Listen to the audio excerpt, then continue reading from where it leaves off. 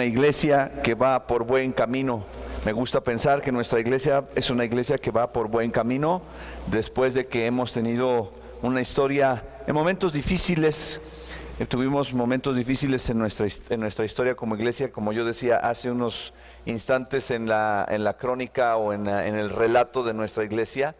Pero quiero pensar que ahora somos una iglesia que va por buen camino. Hechos 9:31 dice: entonces las iglesias tenían paz por toda Judea, Galilea y Samaria, y eran edificadas andando en el temor del Señor, y se acrecentaban fortalecidas por el Espíritu Santo. Quiero pensar, hermanos, que de ahora en adelante vamos a ser esa iglesia que va por buen camino. Una iglesia que va por buen camino, podemos determinar aquí tres cosas que nos da este versículo.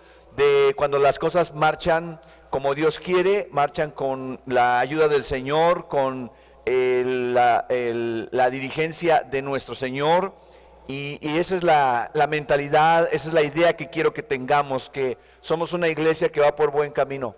Y somos una iglesia que va por buen camino en primer lugar porque contamos con la paz de Dios. Número 1, dice ahí, entonces las iglesias tenían paz. Cuenta con la paz de Dios. Una iglesia que va por buen camino cuenta con la paz de Dios. Y aquí voy a hablar de dos formas de la paz. Dos formas de entender la paz que Dios da a la iglesia. En primer lugar, la paz que da Dios a través de la salvación, a través de Jesucristo. Si tú eres de la iglesia del Señor, si tú eres alguien que ha creído en Cristo Jesús como su Señor y Salvador, entonces tú tienes paz. Romanos 5:1 dice, justificados pues por la fe, tenemos paz para con Dios por medio de nuestro Señor Jesucristo. La gente allá afuera, hermano, la gente que no ha tenido un encuentro con Jesucristo es alguien que no tiene paz, y no tiene paz en cuanto a la eternidad. Sus pecados le condenan y terminará en la condenación. Pero todo aquel que cree en Jesucristo, que tiene su fe en Él, que ha reconocido su condición de pecado y cree en Él como Salvador, tiene la paz de Dios. ¿Cuántos de ustedes tienen esa paz? La paz de salvación, la paz de saber que Dios nos tiene seguros en sus manos y que no nos vamos a perder, no vamos a estar en el infierno, no porque nosotros seamos buenas personas o porque nosotros hayamos hecho méritos o seamos religiosos, sino porque hemos creído en Jesucristo. Todo aquel que ha creído en Jesucristo experimenta esta paz, la paz de saberse salvo, la paz de saberse hijo de Dios. Hay algo que sostiene mi vida y es la paz de saber que soy su hijo y Él no me dejará. La paz de saber que soy de Él, Él me pertenece a mí y yo le pertenezco a Él, como dice el himno. Esa paz que solamente pueden experimentar aquellos que entregan su vida a Jesucristo. La iglesia no es una organización, no es un club, no es un grupo de personas que se reúnen solamente a cantar unos cantitos y a emocionarse algo el domingo. La iglesia verdadera del Señor está constituida por personas que han obtenido la paz por haber creído en Jesucristo. Hay algo que nos une, hermanos. No es el dinero, no es la sangre de la familia. Lo que nos une es la fe en Jesucristo. Somos diferentes, venimos de contextos y de historias distintos, pero hemos creído en un Señor y en un Rey. Él es nuestro Señor Jesucristo, quien murió en la cruz, derramó su sangre por nuestros pecados, y todo aquel que en Él cree, en eso es mi hermano en la fe, y somos parte de la iglesia, y esa paz es la que nos caracteriza. Pero también una iglesia que va por buen rumbo es una iglesia que tiene paz entre sí, una iglesia que tiene buenas relaciones. Yo espero que aquí nadie odie a nadie. Yo espero que aquí no haya personas que digan, ay, la hermana fulana me cae regorda, oye, el hermano me cae horrible. O se cuidan muy bien de mí como pastor, o realmente tienen una buena relación entre ustedes. Porque yo veo, no falta el comentario, ay, la hermana dijo esto, el hermano dijo lo otro, pero en general debe respirarse una paz en las relaciones en la iglesia. Es una de las cuestiones por las que a mí no me gusta hacer esas reuniones políticas, administrativas tan frecuentemente, porque eso hace que la congregación se enfrente. Cuando la política empieza a tomar un lugar predominante en la iglesia y los hermanos están discutiendo las ideas, a veces se produce una división y no hay paz, porque entonces tengo algo en contra de mi hermano. Es muy feo, es horrible en una iglesia donde no hay relaciones de paz. Hermano, yo quiero decirte, estamos celebrando 14 años como iglesia. Si tú no tienes paz con tu hermano, lo que tú debes hacer es venir con tu hermano, reconciliarte, hablar con él, pedir perdón o perdonarlo y estar en paz. La Biblia dice: en lo que dependa de cada uno de vosotros, estén en paz con todos los hombres. Entonces, si tú no tienes paz con Dios, si tú no has entregado tu vida a Jesucristo, si tú crees que si hoy murieras irías al infierno, tú necesitas la paz de Dios que te da Jesucristo, y para ello necesitas dos cosas: arrepentimiento y fe. Arrepentirte de tus pecados y creer en Jesucristo como Señor y Salvador, y la paz de Dios vendrá a tu corazón, esa paz de salvación, esa paz personal con el Señor Jesucristo. Y si tú estás en algún conflicto con tu hermano, pues ve y reconcíliate, para que la ofrenda que tú le das al Señor, tu ofrenda de alabanza, tu ofrenda de servicio o tu ofrenda monetaria, sea realmente aceptada por el Señor. Miren cómo dice Proverbios 16:7. Miren: cuando los caminos del hombre son agradables a Jehová, aún sus enemigos hace estar en paz con él. ¿Cómo la ven? Nos conviene tener un camino agradable delante de Dios.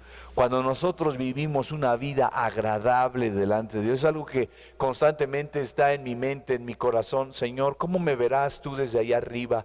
Tan agradable será mi vida ante tus ojos. Cuando tú ves lo que hay adentro de este corazón y adentro de esta mente, ¿qué tan agradable será mi vida para ti?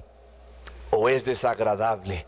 ¿O es como cuando pasas por un lugar donde hay un animal muerto? ¿Han pasado por un basurero o por donde hay algo que huele feo y tú dices: ay, me aparto porque huele feo, es desagradable? Bueno, esperamos que nuestra vida sea como un olor grato para el Señor.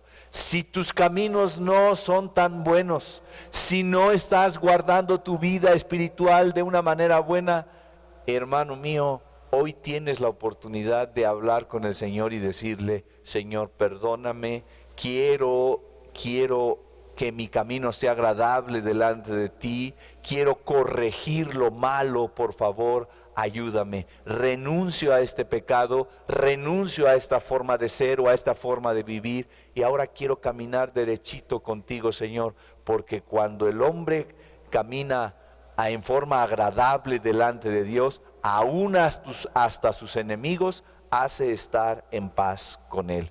Qué bueno que hasta los enemigos podrían vernos así como con cierta paz y decir: bueno, no me cae muy bien, pero tengo paz con él.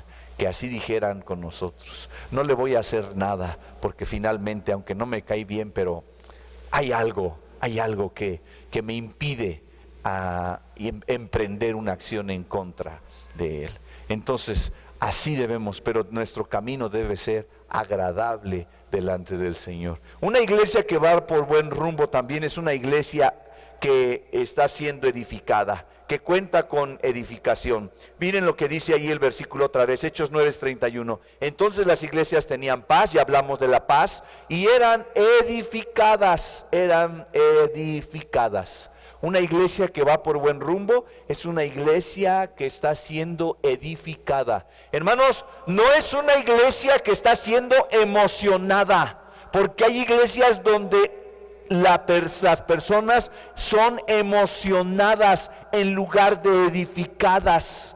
Y son edificadas, la iglesia es edificada en primer lugar cuando hay una enseñanza sana, cuando hay una enseñanza que viene de la palabra de Dios, que se alimenta de la palabra de Dios, que la base es la palabra de Dios, y la palabra de Dios explicada, estudiada y transmitida de manera correcta. Porque hay lugares, hermanos, hay iglesias donde se toma un versículo para decir cosas que el escritor de esa carta o de ese libro nunca quiso decir. Se tuerce la escritura para hacer todo un discurso o proyectar una idea que nunca el escritor de esa carta, de esa parte de la Biblia, quiso decir.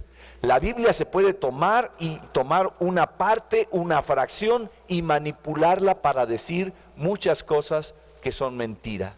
Y hay iglesias donde a la gente se le predican mentiras. Y se les dice, estoy predicando de la Biblia, pero están torciendo la escritura. Por eso a mí me interesa mucho que la iglesia por lo menos tenga las bases, por lo menos tenga indicios de cómo se puede interpretar la escritura. A mí me preguntó el otro día el hermano Francisco, hermano, explíqueme un poco qué es eso de hermenéutica, porque escuché esa palabra en un sermón en usted. Hermenéutica, hermano, quiere decir, es la disciplina para interpretar correctamente la escritura. Y hay reglas de interpretación.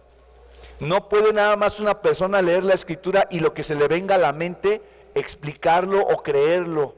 Y hay pastores o pseudo pastores que dicen, voy a predicar lo que el Espíritu de Dios me dé, y para ellos predicar de lo que el Espíritu de Dios le da es abrir la Biblia en la mañana del domingo, ahí donde el dedo les lleve, de ahí, y lo que ellos entiendan, salen y predican lo que se les ocurre a la congregación, y vamos a emocionarla y vamos a decirle cosas buenas para que se sientan bien y salgan bien animados de la iglesia. Pero una iglesia edificada no es una iglesia emocionada. Una iglesia edificada es una iglesia bien enseñada, y usted debe tomar en cuenta, y principalmente el predicador, los maestros, los que van a dirigir los grupos de enseñanza en la iglesia, deben conocer las reglas de hermenéutica. ¿Y cuáles son las reglas de interpretación? Debes tomar en cuenta el contexto inmediato y el contexto remoto. El contexto inmediato es todos los versículos anteriores y posteriores al versículo que estamos leyendo o al pasaje en cuestión, todo lo que esa carta o ese libro está explicando. Hay que ver que el contexto remoto es todo lo que la Biblia dice de ese tema que estamos tratando. Hay que tomar en cuenta qué intención tenía el escritor de esa carta o de ese libro, qué intención tenía, por qué escribió esas cosas, a quién se las escribió, cuál era la situación de aquel tiempo, cuáles eran las costumbres, cuáles eran los usos y costumbres de aquellos pueblos, por qué se decía eso. Si no entendemos ese tipo de cosas, hermanos, vamos a sacar de contexto cualquier versículo y enseñar cualquier barbaridad. Y eso está de moda en muchas iglesias. Lo que quiere el pastor muchas veces en las iglesias o pseudo iglesias cristianas es emocionar a un público, que salgan bien cargados de pilas, hacerlos creer que todos son muy campeones, que la fuerza está en ellos, salir emocionados para que den su contribución, sus diezmos, sus ofrendas. Y entonces la iglesia no solamente es una iglesia emocionada, es una iglesia manipulada, es una iglesia engañada. Hermanos, por eso ustedes no deben creer a ciegas todo lo que le dice el hombre que está enfrente de ustedes. No deben creer todo lo que dice un pastor, una persona. Ustedes deben de conocer la escritura. Ustedes deben de hacerse estudiosos de la escritura. Y una iglesia edificada es una iglesia que cuenta con buena enseñanza. Una iglesia que sabe, que aprende las doctrinas fundamentales de la escritura. Una iglesia docta, una iglesia instruida, para que no los engañen cuando escuchan en la radio, cuando van en el carro y escuchan a los hermanos Colbert, o escuchan a los que hacen allí oraciones y mezclan montón de creencias y de religiones y de todo, y la gente sale creyendo, y que ahora tu horóscopo te dice esto, y que maneja tales energías para que te sientas bien, y todas ese tipo de cosas y muchas más que la gente cree por ignorancia, porque no conocen la verdad. ¿Y cuál es la verdad? La verdad es la palabra de Dios, y todo aquel que cimienta su vida en la palabra de Dios tiene éxito, pero aquel que pone su vida en otras ideas se va a equivocar. Por eso yo creo que nuestra iglesia es una iglesia que va por buen rumbo, porque tenemos esta intención constante de que la gente sea edificada, reciba buena enseñanza, que reciba no emoción, enseñanza. Sí, cuando cantamos y cuando adoramos, ahí tenemos que echar el corazón y el alma y cantarle al Señor con todas nuestras fuerzas, porque dice el Señor: amarás con toda tu alma, con todas tus fuerzas, con toda tu mente. Es decir, todo tu ser debe estar involucrado cuando estás teniendo una relación con el Señor. Pero todo eso debe hacerse con conocimiento, con entendimiento de lo que estamos haciendo. ¿Qué hacemos y por qué lo hacemos? Si estamos celebrando la cena del Señor, ¿qué significa? ¿Por qué lo hacemos? ¿Y por qué participamos? ¿Y quiénes no pueden participar? Y cuando se bautizan, ¿por qué se bautizan? ¿Y qué creemos de la salvación? ¿Y qué creemos del pecado? ¿Y qué creemos del fin del mundo? ¿Y qué creemos del infierno? ¿Y qué creemos de la iglesia? ¿Qué creemos de todas estas cosas importantes? ¿Cómo es Dios? Cada quien se hace una idea de Dios, o cómo es Dios. ¿Quién dice cómo es Dios? Todo ese tipo de cosas, enseñanzas bíblicas, enseñanzas. Por eso la iglesia debe tener una buena teología, porque si no se van a estar enseñando herejías. Las herejías son errores, y la gente cree errores y practica cosas equivocadas. Por eso usted, más que nada, cuando vaya a decidir a estar en una iglesia, no debe hacerlo por la música, o por el programa de niños, o por la construcción, si es bonita, o si tienen luces, o si el pastor es carismático y habla y tiene muy buena presentación. Nada de eso es lo más importante para definir su permanencia en una iglesia. Si usted va a decidir ser parte de una iglesia, usted necesita entender que esa iglesia enseña la palabra de Dios, que está interesada en predicar la pureza de la palabra de Dios, porque no debe enseñarse en la iglesia filosofías huecas, filosofías del mundo. Debe enseñarse la palabra de Dios. Tampoco patoaventuras y experiencias de los predicadores, y que fui acá y que fui allá y que me dieron esto y me dieron el otro, y que vas a tener dinero, y que todo ese tipo de cosas que hoy están de moda en muchas iglesias, hermano. Y el predicador predica lo que se le ocurre. No. Debemos ir al texto, estudiar el texto y qué es lo que dice la Biblia para ser verdaderamente edificados. En segundo lugar, cuenta con edificación una iglesia que va por buen rumbo cuando tiene relaciones duraderas. ¿Quién es sabio y entendido entre vosotros? Muestre por la buena conducta sus obras en sabia mansedumbre. Hermanos, dice Santiago 3:13 eso, porque una iglesia puede ser una iglesia de gente muy culta, muy instruida, pero muy fea en sus modos, muy fea en sus maneras de vivir, muy mala en sus tratos unos con otros. Conocí a una iglesia donde enseñaban, y los maestros y los hermanos de la iglesia llegaban a la iglesia con su Biblia y 2, 3 libros, y tenían una clase allí. Hombre, desparramaban teología por donde sea. Eran hombres muy instruidos. Pero cuando terminaba el culto y se quedaban a comer, eran tan pesados en sus bromas y tan vulgares en sus bromas entre la misma iglesia, que eso generó malas relaciones. He estado también en iglesias donde todos se creen eruditos, donde todos se creen teólogos, y en las reuniones, cuando se tratan los asuntos, unos se creen más que otros, donde hay petulancia y hay arrogancia. Llega la gente a la iglesia y se siente mejor uno que otro. Y hermanos míos, eso no debe de ser, porque en nuestra iglesia todos somos iguales. Todos como delante de Dios somos iguales. Si tienes estudios o no tienes estudios, si tienes dinero o no tienes dinero, si tienes oficina o no tienes oficina, si tienes coche o no tienes coche, si eres bonito o no eres bonito, si eres guapo o eres feo, pues bueno, aquí todos son guapos, gracias a Dios, pero nada de esas diferencias debe haber, hermanos, debe definir un trato entre nosotros. Todos somos hijos del Señor y todos somos lavados con la sangre de Cristo. Por lo tanto, nuestras relaciones deben ser caracterizadas por buena conducta. Una iglesia edificada es una iglesia que tiene relaciones buenas, duraderas y tiene una buena conducta. Donde hay humildad, donde hay aceptación, donde se saluda con sinceridad, donde se promueve el amor entre unos y otros.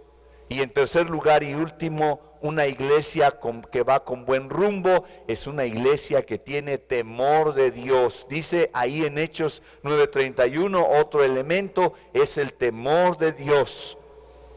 ¿Qué es el temor de Dios, hermanos? ¿Sabes cuál es una característica de una iglesia que va por buen rumbo? Es una iglesia que tiene temor de Dios. No es una iglesia mundana. Si el grupo de jóvenes de la iglesia termina su reunión de jóvenes y luego se van a un bar a tomar y a desenfrenarse, es una iglesia mundana.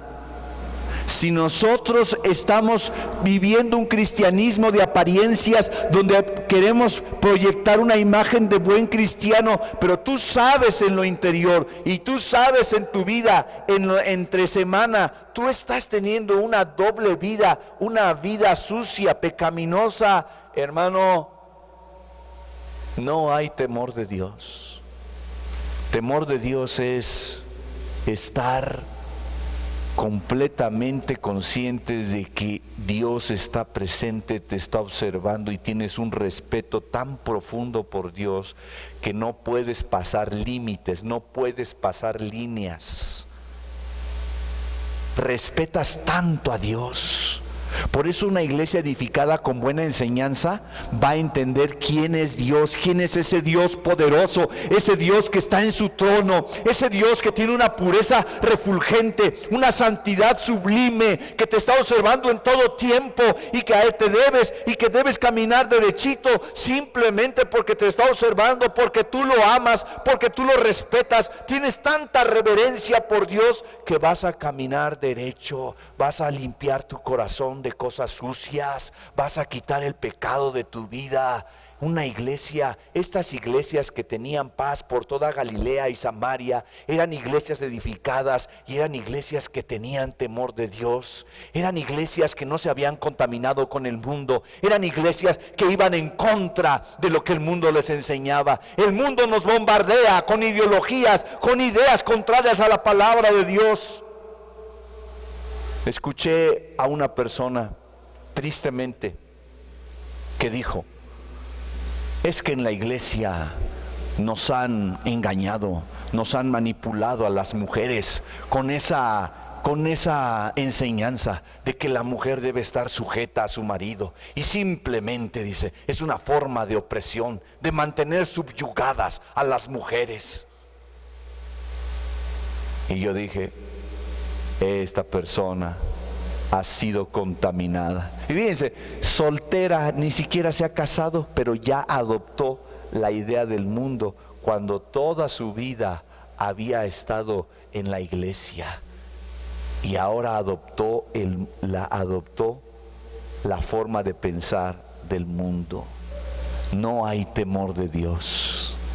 Y ahora adopta la ideología del mundo para darse permiso de hacer lo que no está bien.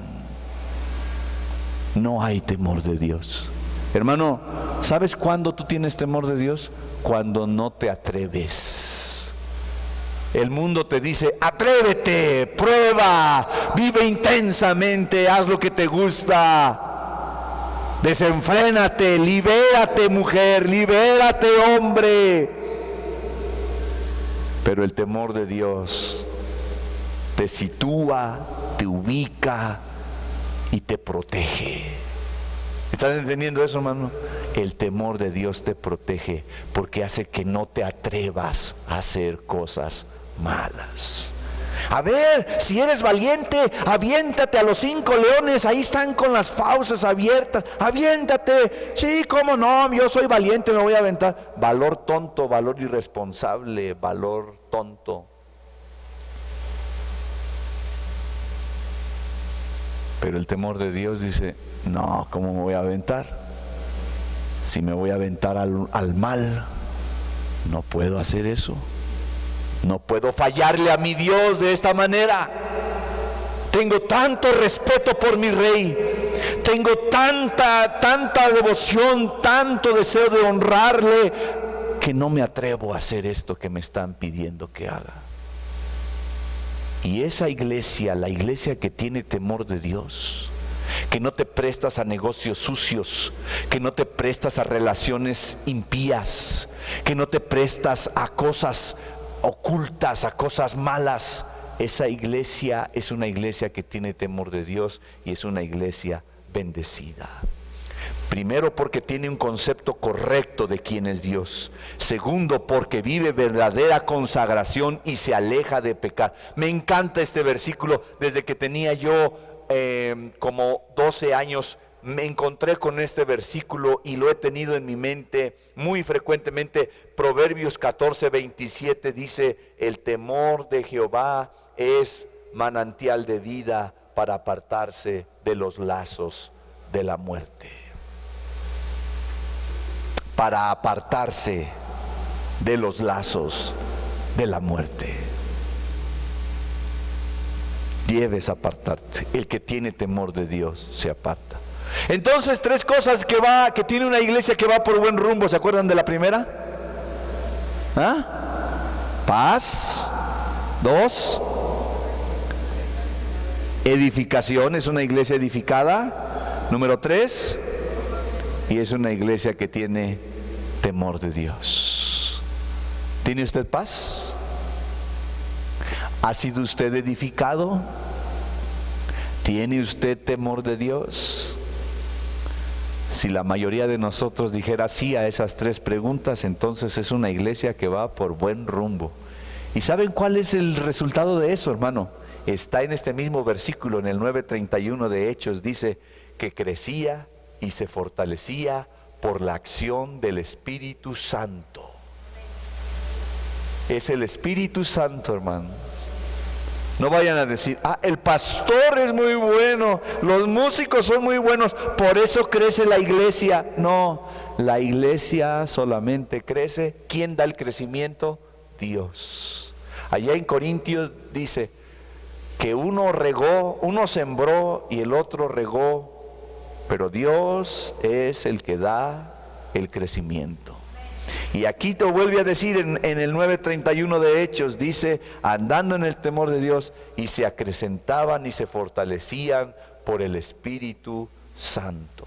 Tenemos que tener esa comunión con su Espíritu para ser fortalecidos, para crecer en número y para ser fortalecidos en el Espíritu. Hermanos, tenemos que estar fortalecidos porque el mundo quiere derribar nuestra vida. El mundo y Satanás quiere derribar nuestra familia, quiere lacerar nuestro matrimonio, quiere tumbarte a ti como cristiano, quiere que dejes de creer en Dios, quiere que te desanimes, que te quedes en la lona porque estás desanimado, tienes problemas, quiere que te quedes ahí. Pero el Señor lo que quiere es que tú crezcas y seas fortalecido. Por eso, hermanos, debemos estar agradecidos con la existencia de la iglesia. La iglesia existe porque la iglesia fue creada por Dios, por el Señor Jesucristo, fue instituida y la hizo con un propósito de que nosotros fuéramos fortalecidos. Te voy a preguntar, hermano, ¿qué sucedería si tú te alejas de la iglesia un año, de no venir a la iglesia? no lees la Biblia, no vienes a la iglesia durante un año, ¿qué pasa? Bueno, yo quiero decir, hermano, esa persona que yo oí diciendo ese tipo de cosas, de pensamientos, yo creo que tiene más de un año, tal vez más de 2 años sin pisar la iglesia. ¿Y ustedes la hubieran visto antes? Una persona consagrada, una persona que amaba a Dios, y hoy habla como si no lo fuera.